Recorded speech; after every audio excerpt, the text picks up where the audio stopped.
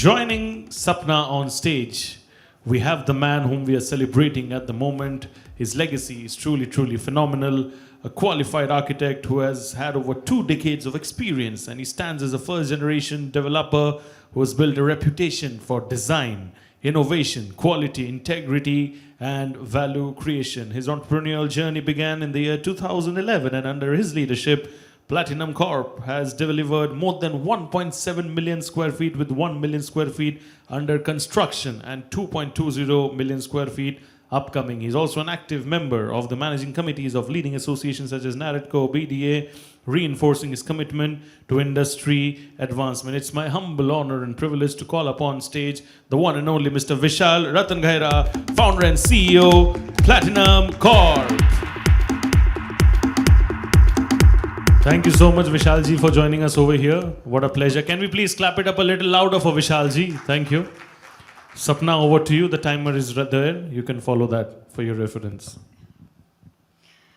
Thanks, Shobhajit, for the introductions. And as we were talking, we had a very exhilarating day of discussions.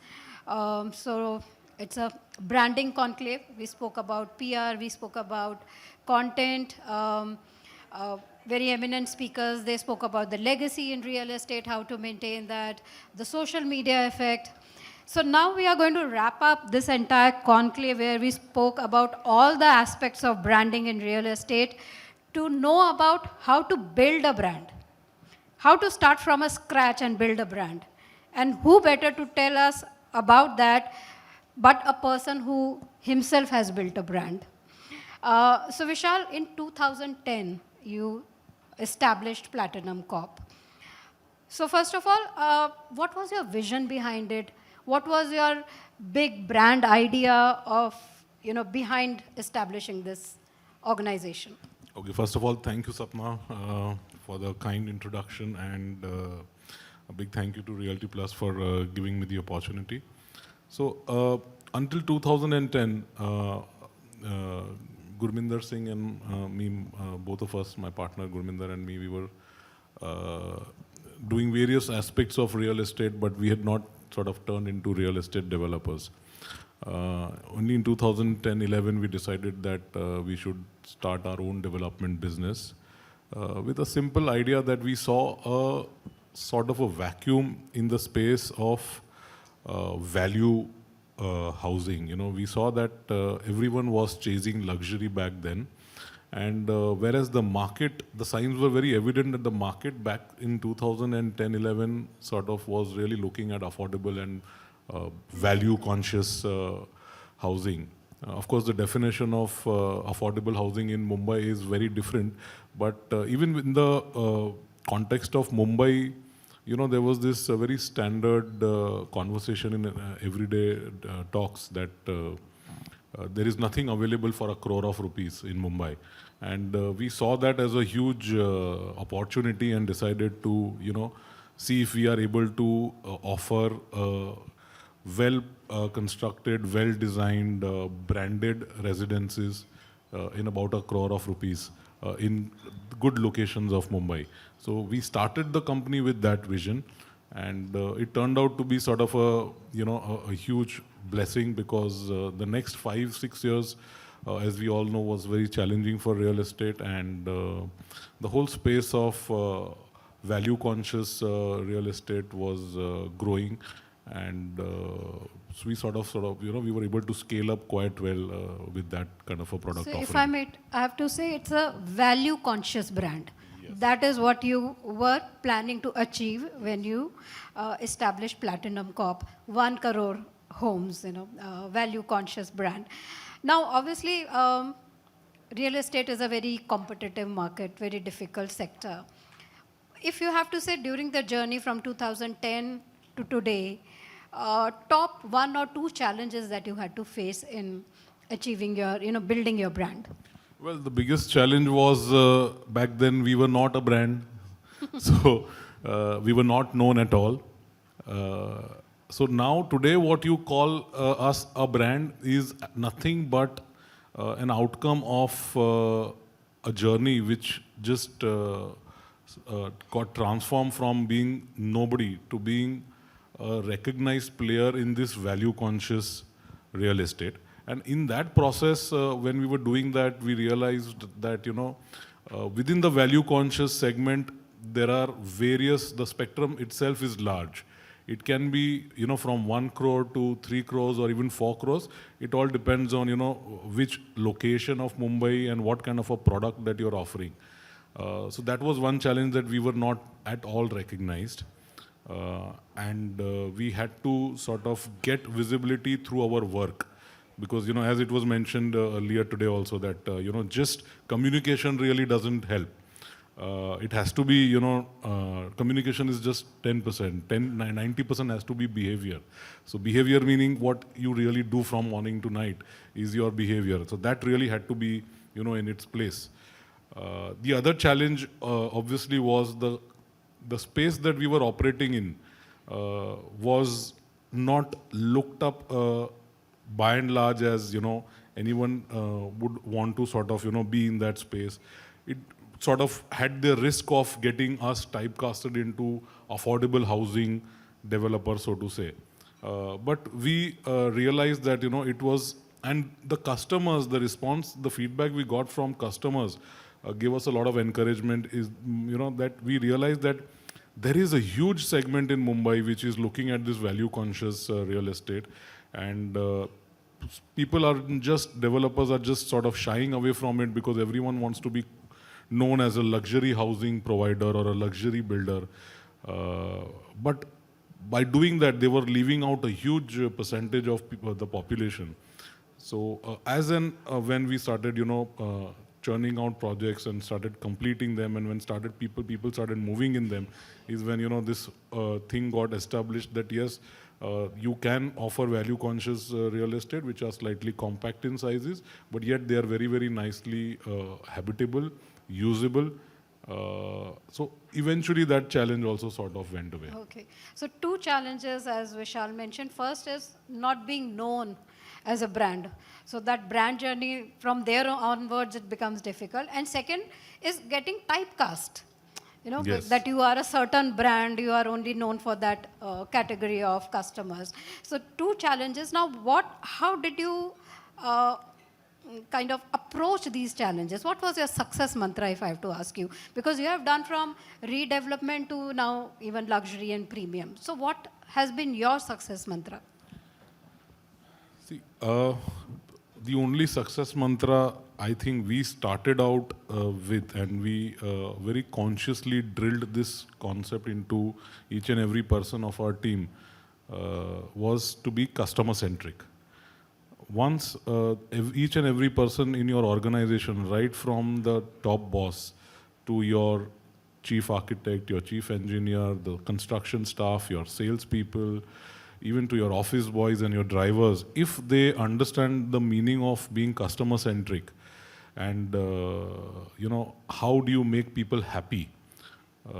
Once your organization has imbibed this culture, then I think becoming our brand or, making of a brand is just sort of an outcome of the process that you are following over a period of years. Correct. I think this is one word that we heard the entire day. The customer is the center of everything. Real estate is now becoming like a FMCG, after sales service. Customers don't, earlier customers को अगर घर मिल गया तो खुश हो गए. अभी उनको उससे ज़्यादा चाहिए. It's not just 4 walls, but they need a clubhouse, they need amenities, they need garden, things like that. I'm sure there have been many achievements on the way in your journey, but one achievement that you are really proud of?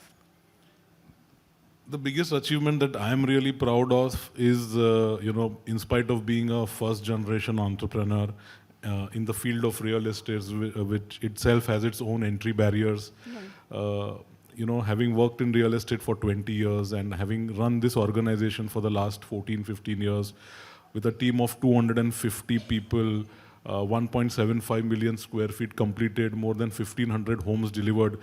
Till date, Sapna, we don't have a single complaint in RERA against us. Not a single RERA complaint.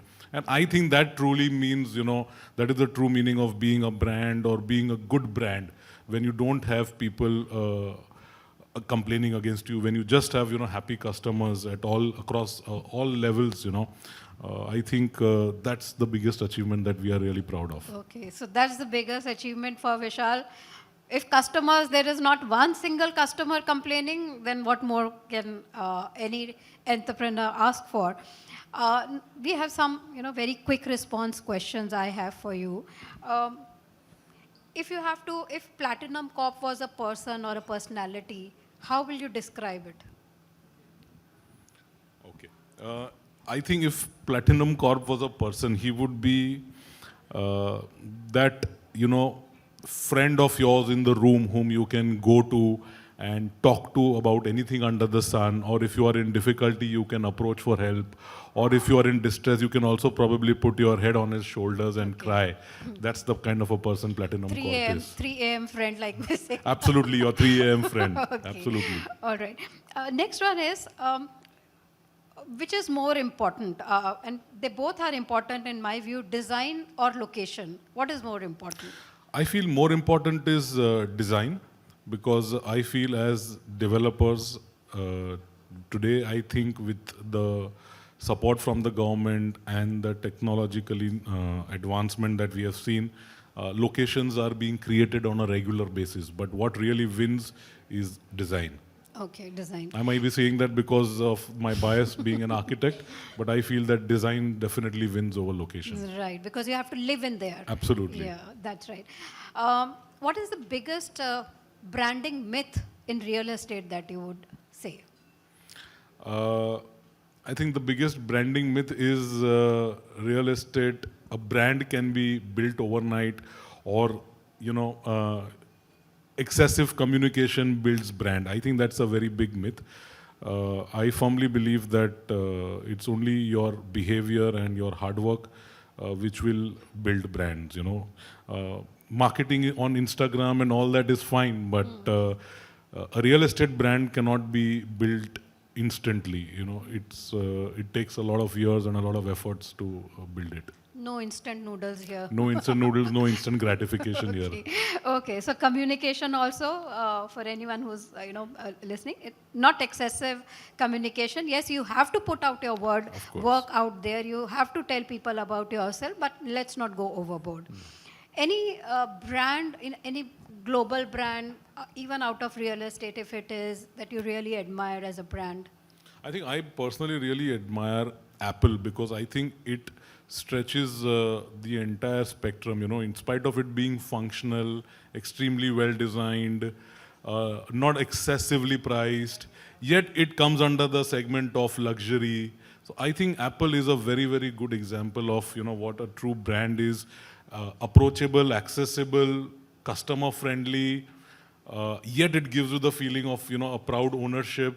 So it's got all of that. So I feel Apple is a perfect example. Yeah, of course, we all agree. Yeah. It's an aspirational. Everyone wants to have that, Yes. So, and Yes. that is the differentiator, I think, between among although Androids have the best life, best batteries, Yes. but still people want to own an Yes. iPhone. Now, lastly, if I have to ask you, there are a lot of young, we had sessions with the young developers. There are many more professionals who are looking at being part of real estate. What will be your word of advice for the young professionals who are coming into this real estate? They want to build a brand for themselves. Like you said, it cannot be made in an instant. It's not built overnight. So what's your advice for the young guys or girls who are entering real estate?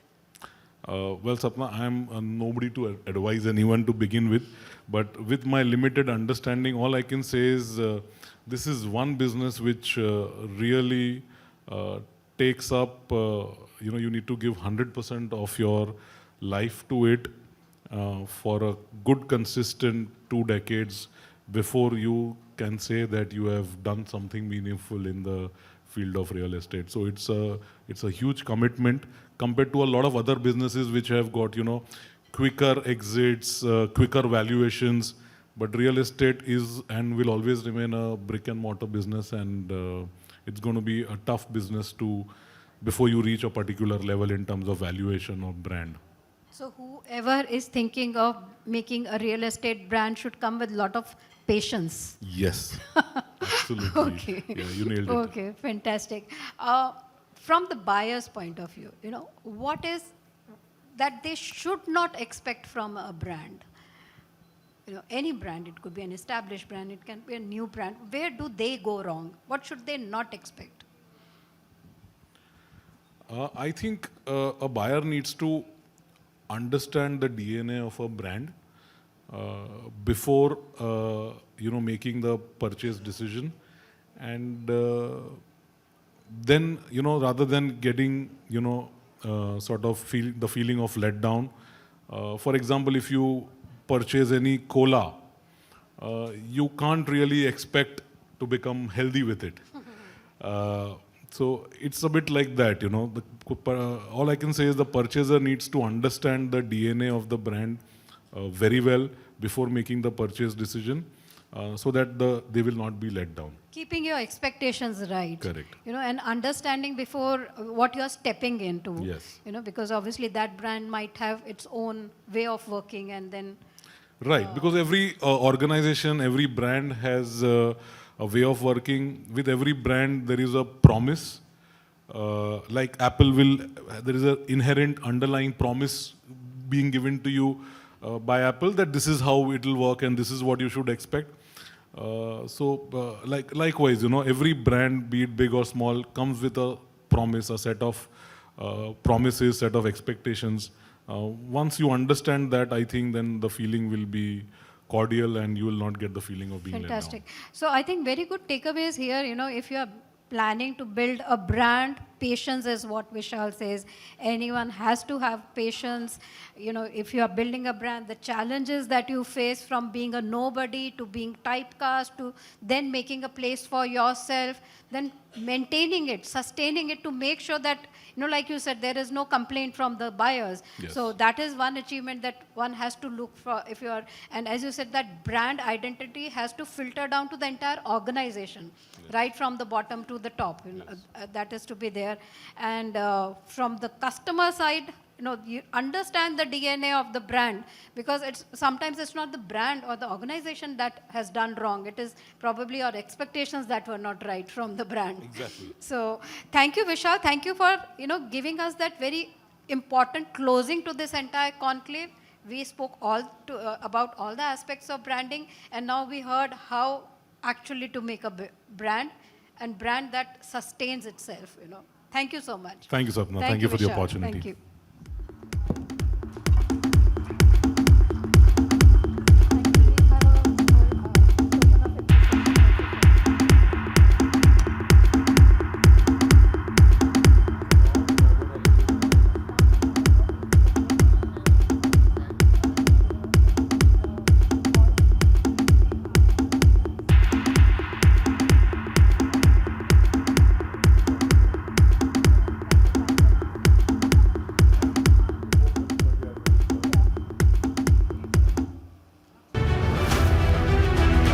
Ladies and gentlemen, I request all of you to please clap it up loudly for this incredible special moment. Thank you so much, sir, for being with us over here. Mr. Vishal, we truly appreciate your presence over here. Thank you, Sapna, for doing the session.